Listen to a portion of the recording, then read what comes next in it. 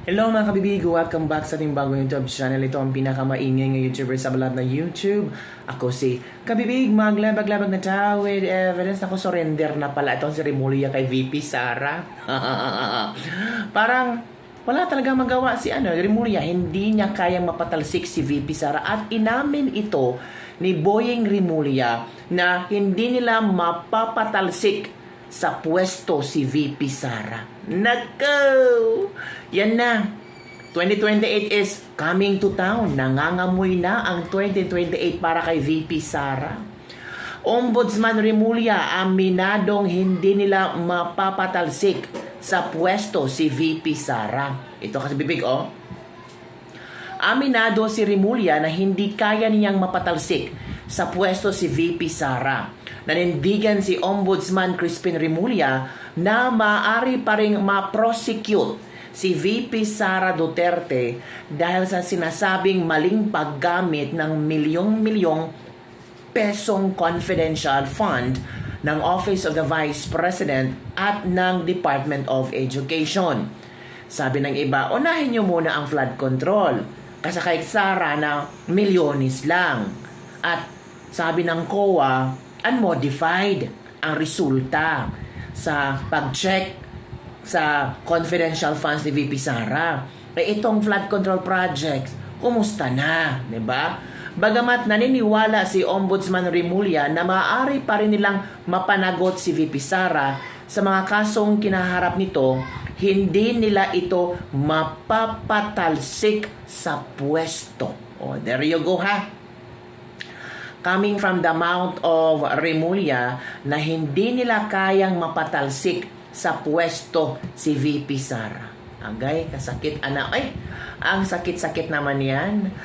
Ano lang kaya ang reaksyon ng mga netizen, mga bashers ni VP Sara na feeling nila ang pag-upo ni Remulia ay katapusan ng mga Duterte.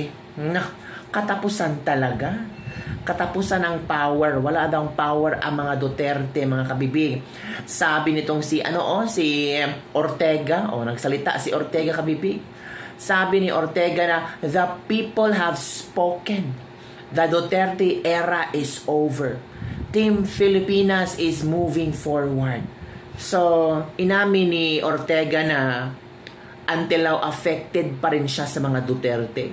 So, inamin ni Ortega na takot pa rin siya sa mga Duterte. Kasi hindi ka makapagsalita ng ganito kung hindi ka takot sa mga Duterte at aaminin mo hindi kang apektado sa mga Duterte. Bakit sabi mo the Duterte era is over? Talaga ba? Bakit most trusted si VP Sara? Most approved, highest official si VP Sara kung the Duterte era is over? Nandahil lang sa ICC interim release rejected, sabi mong the Duterte is over and the people have spoken. Paano mo nasabing the people have spoken kung saan ang mga tao gusto ng 70% ng mga tao gusto ng snap election? At kung magkaroon man ng snap election, number 1 si VP Sara na bobotohan ng mga tao. Yun ba, Ortega? Yung sinasabi mo, the people have spoken, the Duterte era is over, Team Pilipinas is moving forward. Yun ba, Team Pilipinas is moving forward or Team Pilipinas is bangag forever? Pag ang bangag ang nakaupo, ay nako Ortega, ano ba naman yan? Kung ano-ano na lang sasabihin ninyo para talaga mabawi yung negatibong pakiramdam ng mga tao sa PBBM administration.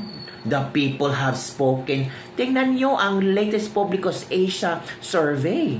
Baka ito yung magsasampal sa inyo. Mataas nga yung distrust ng mga tao sa House of Representatives.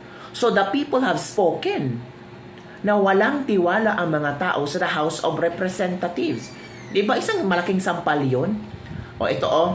Nanindigan si Boyeng talaga na pwedeng ma-prosecute si VP Sara dahil sa mali daw ang paggamit sa confidential funds, bagamat hindi nila ito mapapatalsik sa pwesto. So VP Sara will remain VP Sara hanggang katapusan ng 2028. Ang pagbukas ng 2028 unang quarter ng 2028 at ang pagpasok sa unang quarter, the end of first quarter, doon na si VP Sara na ang presidente natin. Oy, boy, handa-handa ka. Ipinaliwanag pa ni Ombudsman Remulla na ang makukuha nilang mga ebidensya at ulat sa ginawang investigasyon ay ipapasa sa Kongreso kung saan ang mga ito na ang magpapapasya.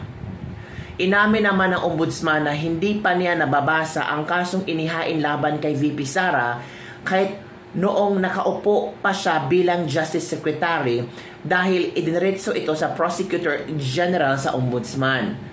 Maging ang reklamong inendorso ng House Committee on Good Government and Public Accountability ay hindi pa rin niya nababasa, kaya kailangan muna niya itong i-review at pag-aralan upang malaman kung may sapat na ebidensya ang kaso. Yun pala. Sana maging fair si Remulla kasi sabi ni VP Sara regarding sa Salin, wala siyang problema kung buksan ang salin niya kasi wala naman tinatago si VP Sara o tungkol sa salin niya, mga kabipi. Sabi ni VP Sara, it's okay. Wala na akong tinatago. Kung ano yung nakikita niyo sa salin ko, yun na yun. VP Sara is very open for Ombudsman Remulla to review her salin. Sabi ni VP Sara, wag na niyang silipin. Ilagay na niya sa harap niya at pag-aralan na niya ng maayos kung ano man yung gusto niyang gawin. Ipagpasa Diyos na lang natin siya at ng kanyang mga gagawin bilang ombudsman. Sabi ito ni VP Sara sa isang interview. Yun let's pray for Boying Remulla. Sabi pa ni VP Sara, kung ako presidente, hindi siya ang i-appoint ko na ombudsman. Agoy, ang sakit naman yan. 'Di ba? Sabi dito, mga kabibig, na yun na nga ang reaction ni VP Sara. Iba talaga si VP Sara, no? Parang walang takot ba? Go ahead. Kung gusto niyo tingnan niyo. Wala na akong problema kung tingnan niyo kung anong gusto niyong gawin. As long as alam ko ang ginagawa ko, alam ko ang trabaho ko, go ahead, open it up, 'di ba? So yun na, kabibig, ang ating latest libak-libak for today. Wala talagang swerte ang mga tawag dito, ang mga kakampink, ang mga unipink, at kung ano pang klaseng pink-pink. So ito yung mga komento ng ating mga netizen, mga kabibig. Try harder kasi kung wala kang solid evidence, purely tanim evidence lang merong ang ombudsman. Ito pa, hindi mo kaya yan si VP Sara. Asikasuhin mo na lang yung anak mo na may kaso at bigla na lang nawala ang kaso. Ay keep quiet, unahin mo muna ang corruption sa bansa natin bago mo imbestigahan si Sara. Hirap na sila maghanap ng pwedeng ikaso kay Sara para mapaalis, para hindi makatakbo sa 2028. Magtrabaho ka ng patas, Boying, huwag kang mamumulitika. Yan, ha. Mag-hire kayo ng mga smart na abogado para matulungan kayo kung paano mapadali ang pagpapatalsik kay VP Sara. Atat na kasi kayong mapalaya sa pwesto si VP Sara. Pero inamin naman ni Boying na hindi nila mapapatalsik si VP Sara sa kanyang pwesto. Ito pa, si Sara talaga ang main trabaho nila. Hindi ang flood control, hindi ang farm to road market, at lalong hindi ang lindol na nangyari sa ibang parte ng Pilipinas. Huwag kang kukurap, Ombudsman Remulla. Huwag mong ililihis ang tingin mo kay Sara. Kailangan ang goal at focus mo ay tanging si Sara lang. Tandaan mo, kaya ka nakaupo dyan dahil yan ang magiging sentro ng buhay mo. Si Sara lang. Sinungaling ka, grabe ka sinungaling. Kailan pa kaya ito? Ano pa ang kasunod na issue para pagtakpan ang mga bilyones at trilyones na kinurakot ng mga politiko? Eme lang yan. Huwag kayong maniwala kay Boying. Katulad na huwag kayong maniwala kay Bongbong Marcos. Kung ano mga sinasabi, budolero talaga. Mas malaki ang fund ninyo, wala lang yung pinakamalit na pilit yung paalisin si VP Sara. Ito pa.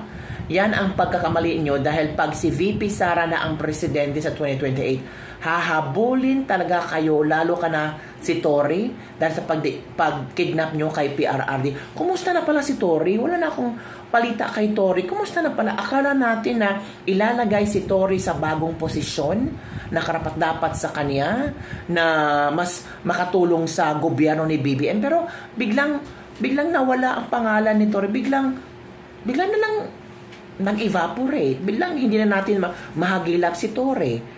Di ba, kabibig, nasaan na? Di ba si Claire Castro proud na parang huwag kayong mag-alala. General Torre has a specific job na ibibigay si Pangulong Bongbong Marcos. Ilang buwan na napaalis sa pwesto si Torre, na-demote si Torre, wala pa rin nangyari kay Torre. Yan kasi, ano ba namang nangyari kay Torre? Parang nakalimutan na si Torre, sabi na nga ng iba. Ganon talaga. Pagtapos ka ng nagamit ng mga bangag, wala ka nang saysay sa kanila. Goodbye and thank you. Yun na talaga, kabibig. Ang nakakatakot lang kay Torre kung magsalita ito, kung ano ang kanya nalalaman. Pero I'm sure hindi niya magsasalita si Torre.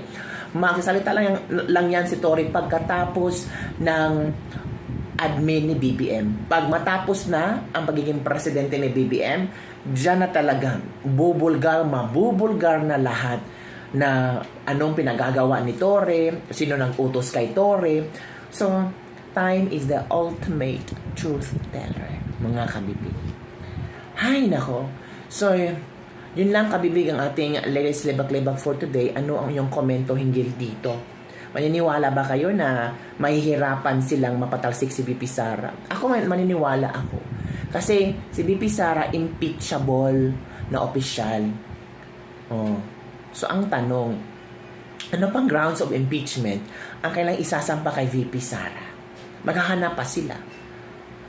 O confidential funds? Ang sagot ng mga tao, uunahin nyo pa ang confidential funds. Meron namang komento ang COA dyan. Yung flood control, unahin nyo. Malaki yung bilyones, trilyones. Tapos si Zaldico nawawala, nagtatago. Yun ang unahin nyo. Si Sara nandito na sa Pilipinas, nagsiservisyo, may programa ang OVP. Si Zaldico nawawala. Hindi pa mahanap. Tapos, ewan namin kung may mananagot ba sa flood control. Yun mga kabibig. Don't forget to like, subscribe, and share this video. Bye everyone. See you next time.